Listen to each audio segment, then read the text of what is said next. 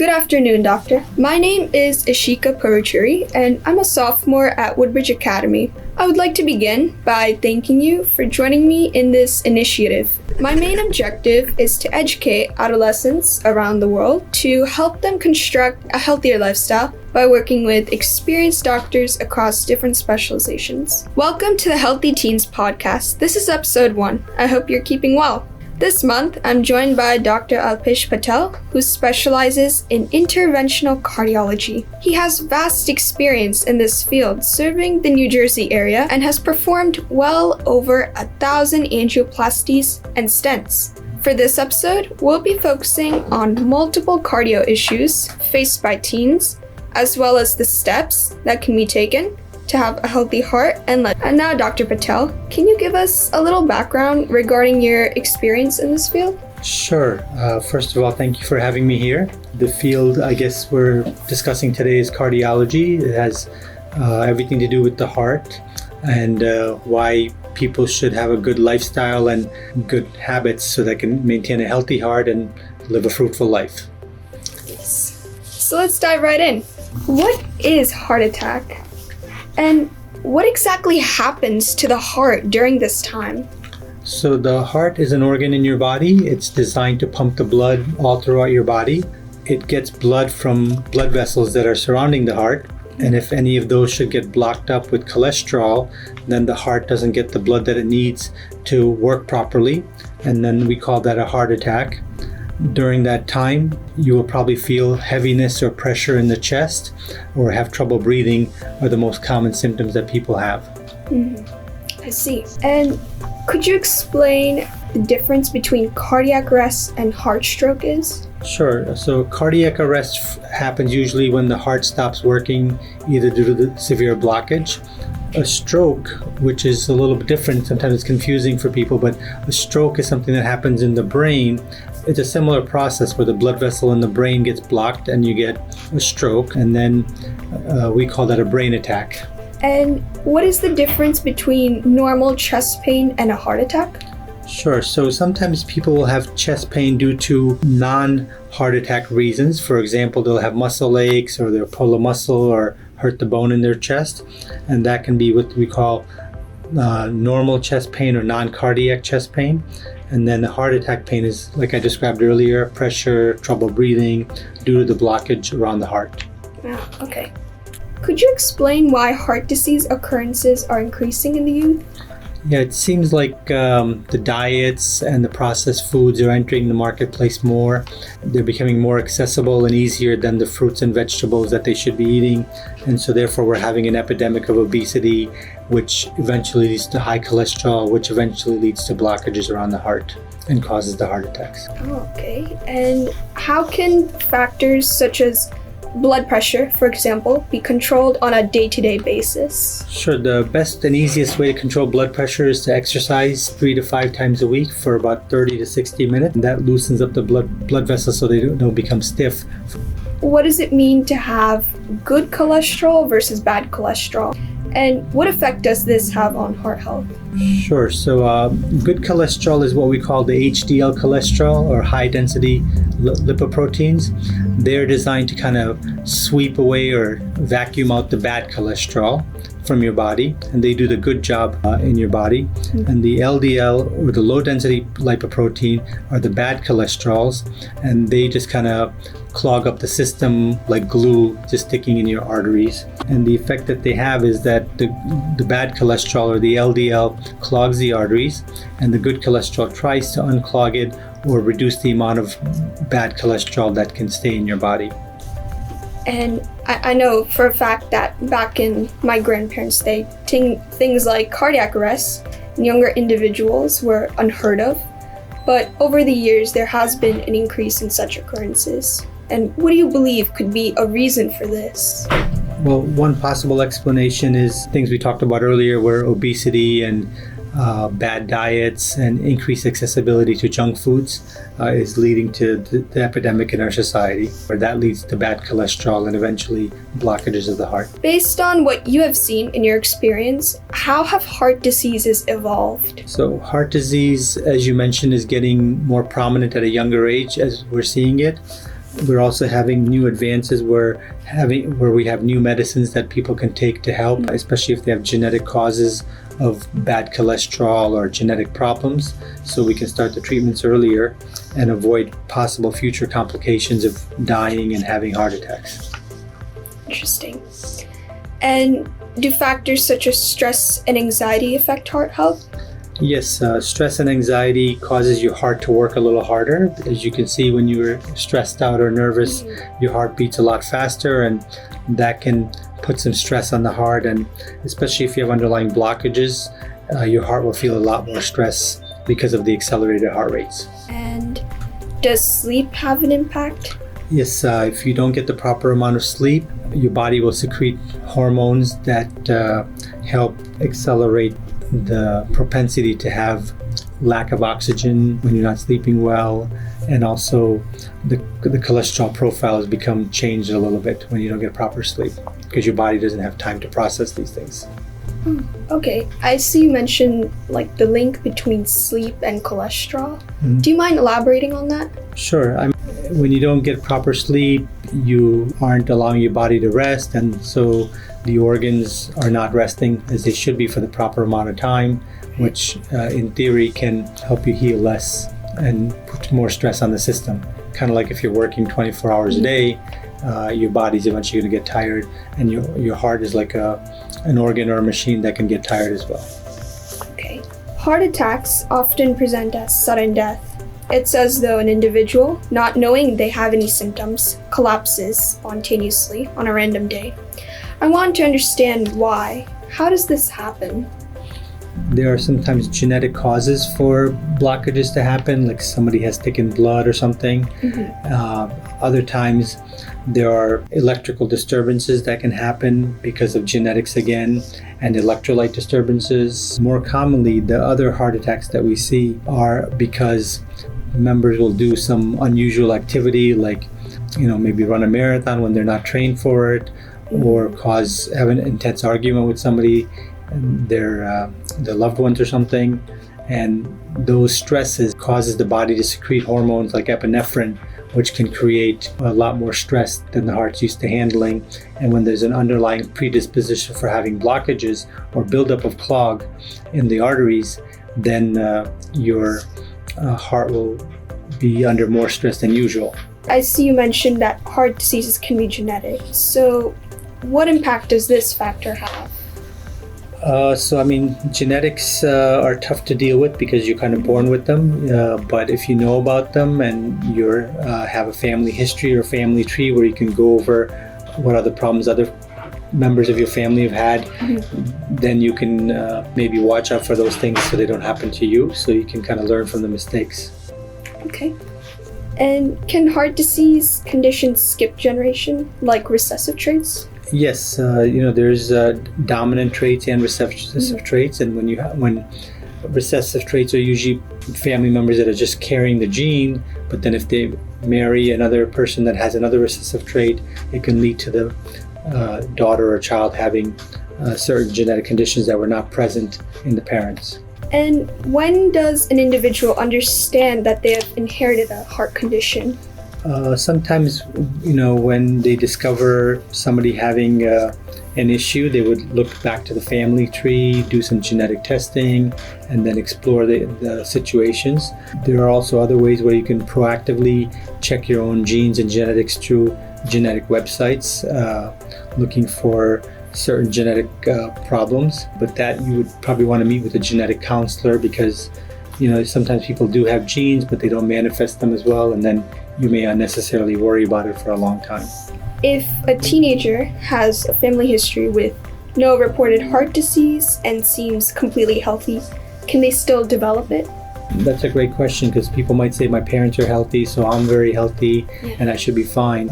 So I think it is still easy for them to develop because they might be exposed to the newer genetic foods or worsening foods that their parents or ancestors did not meet.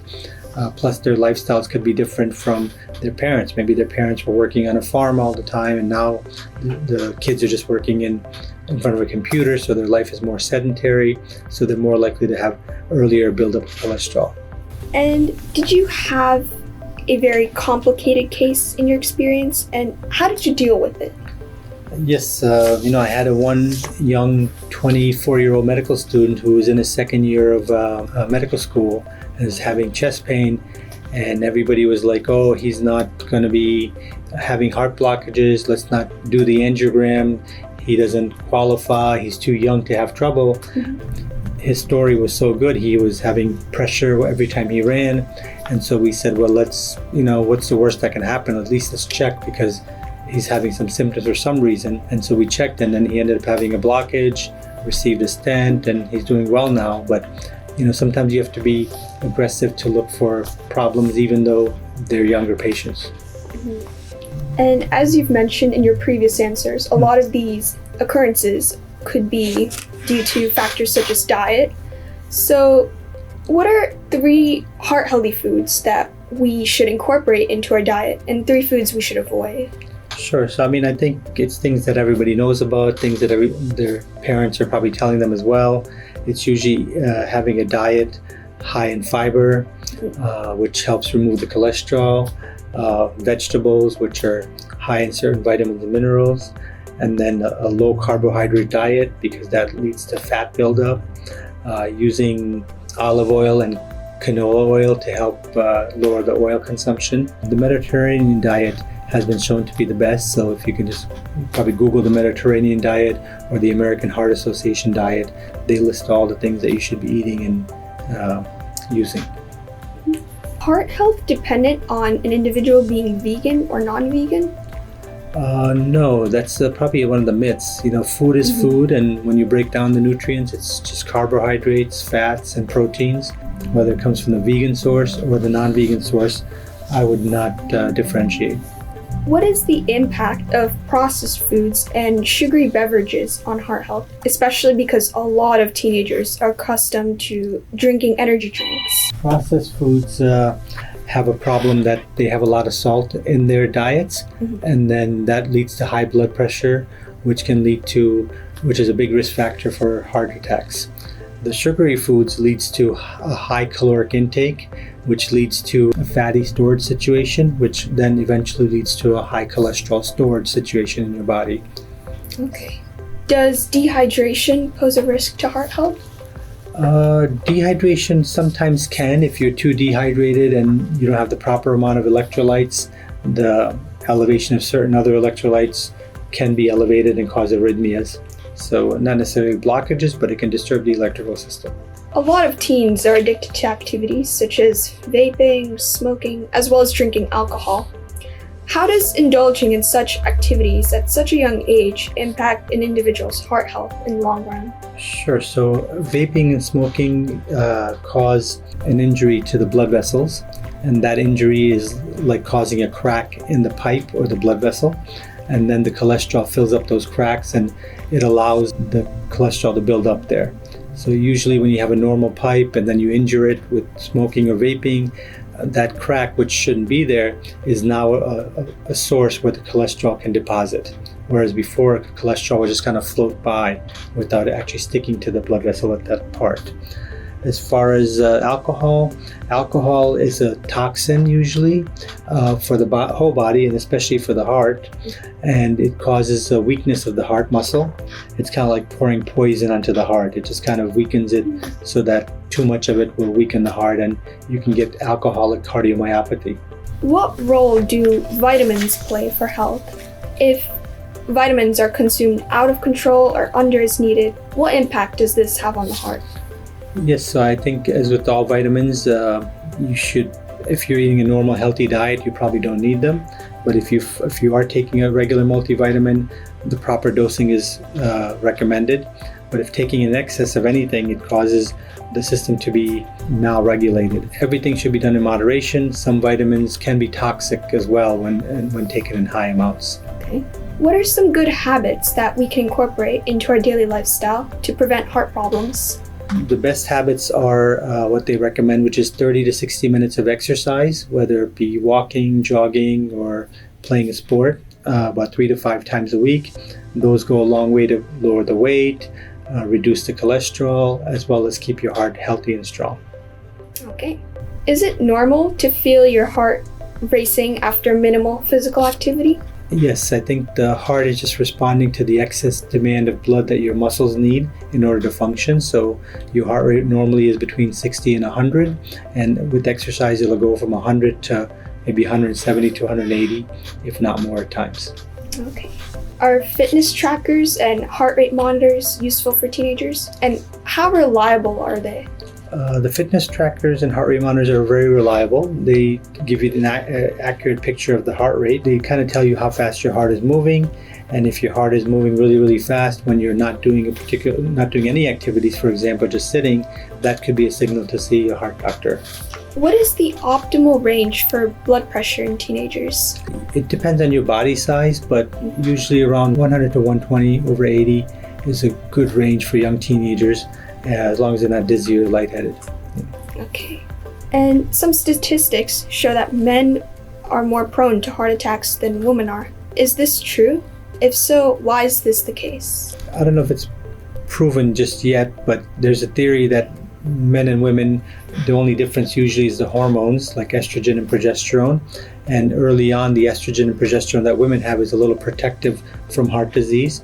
But as time goes on and they lose that protection early on, it is true that men are more prone to heart attacks than women.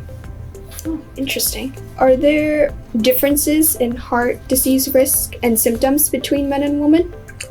The risk factors are essentially the same, but the symptoms are different. Men present usually with chest pressure and arm pain, and women tend to present with usually fatigue or shortness of breath. Okay. Can it be risky if an individual who donates blood doesn't know that they have heart health problems? Usually not. The American Heart Association has some good guidelines, unless for some unforeseen reason the person has a really, really high levels of cholesterol, then you're donating that to the person. But hopefully the accepting person of the blood transfusion would be okay to handle it because it's only temporary. It's not a very commonly seen problem. Let's see. And how has COVID-19 impacted heart health? COVID-19 has, had made some people want to live and more, spend time with their family members, value their life more, and so I think more people started bicycling during the COVID time, and a lot of people are taking their heart health more seriously, and so that has helped them get their health back. What precautions can individuals affected by COVID-19 take to prevent heart health risks? If you're affected by COVID, you do need frequent and regular monitoring because there are scenarios where COVID can still have effects 6 months to 2 years even after you're long done with COVID, called long COVID syndrome. And the precautions you can take is just to monitor your body, monitor your oxygen and heart rate and blood pressure on a regular basis to see if there's any abnormalities from the normal range.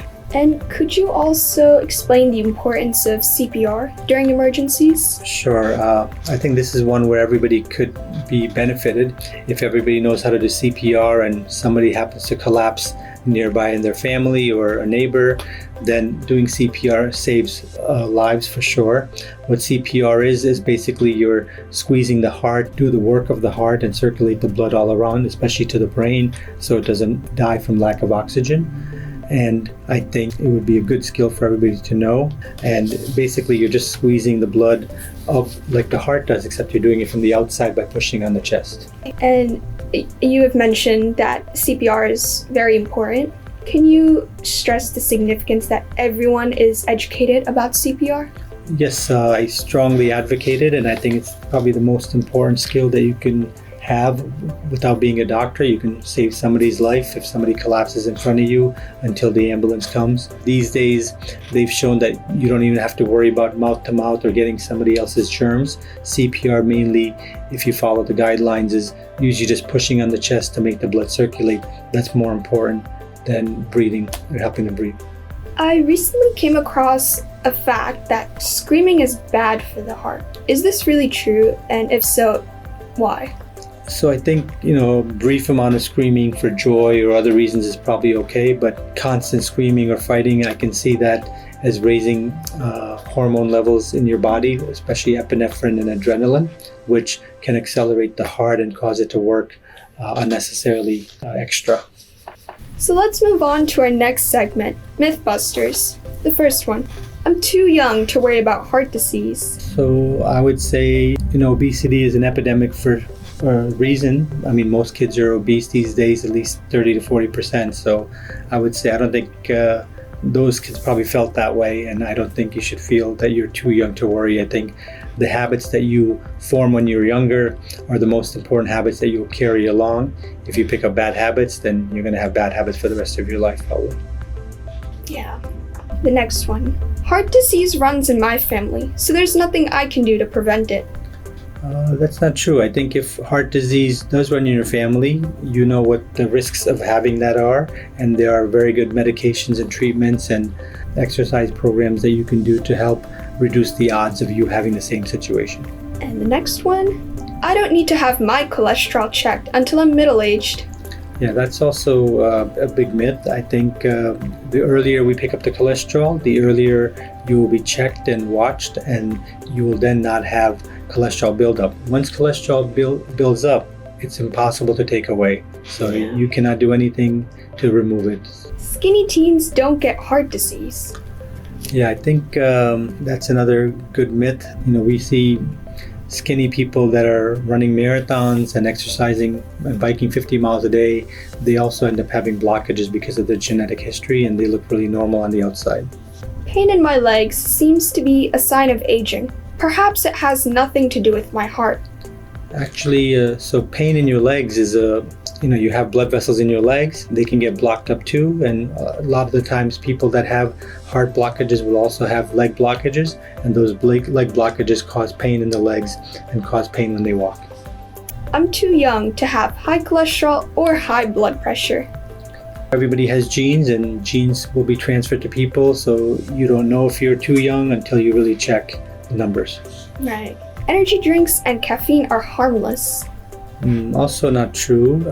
They are very harmful. The energy drinks and caffeine have stimulants in them, and caffeine is a stimulant as well, and that accelerates your heart rate and causes your heart rate to work unnecessarily faster than it should, which can tire it out.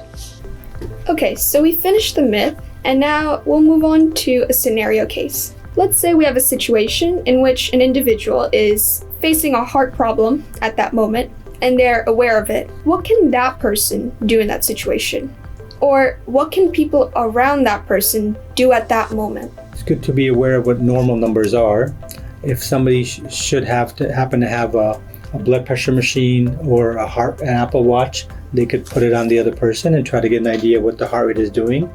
I would tell them to sit down and relax, and then depending on the numbers you get, if they're erratic or wild, then maybe seek help. You may even have to call 911 if it's really bad, or you may have to notify the parents if they're on the younger side, and let them know that their heart rate is erratic or not normal. So it's good to know the normal numbers, and the normal heart rate is between 60 and 100, which is what it should be when you're sitting down and relaxed. And then the blood pressure should be somewhere near 120 over 80 when you're normally sitting down. Okay. And now I'd like to ask you one more question. What is your take on Google Doctors? You mean searching for answers on Google?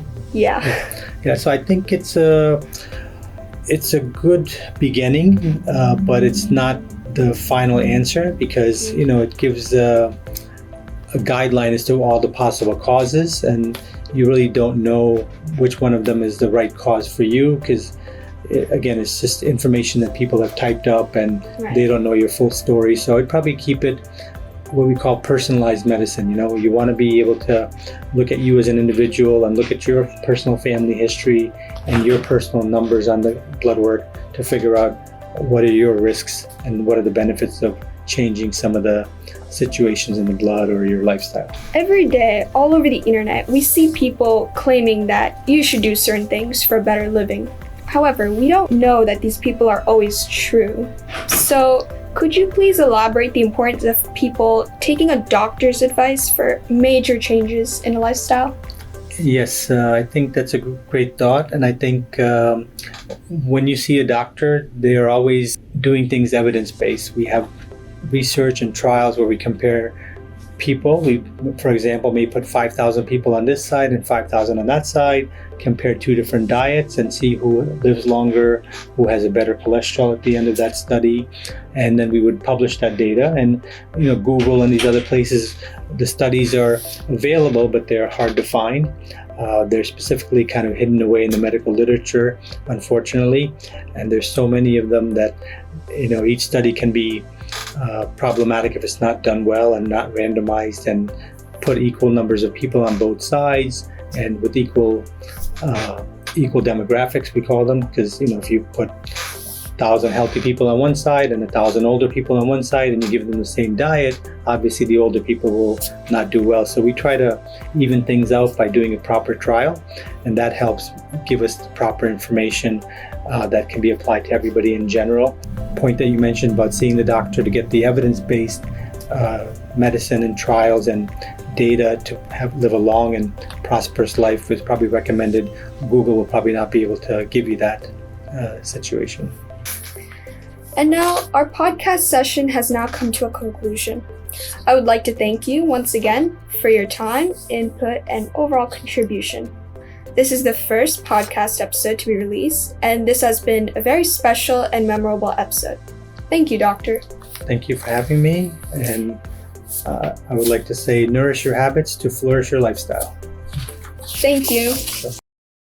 And don't forget to follow us on HealthyTeens.net. We'll see you in the next episode.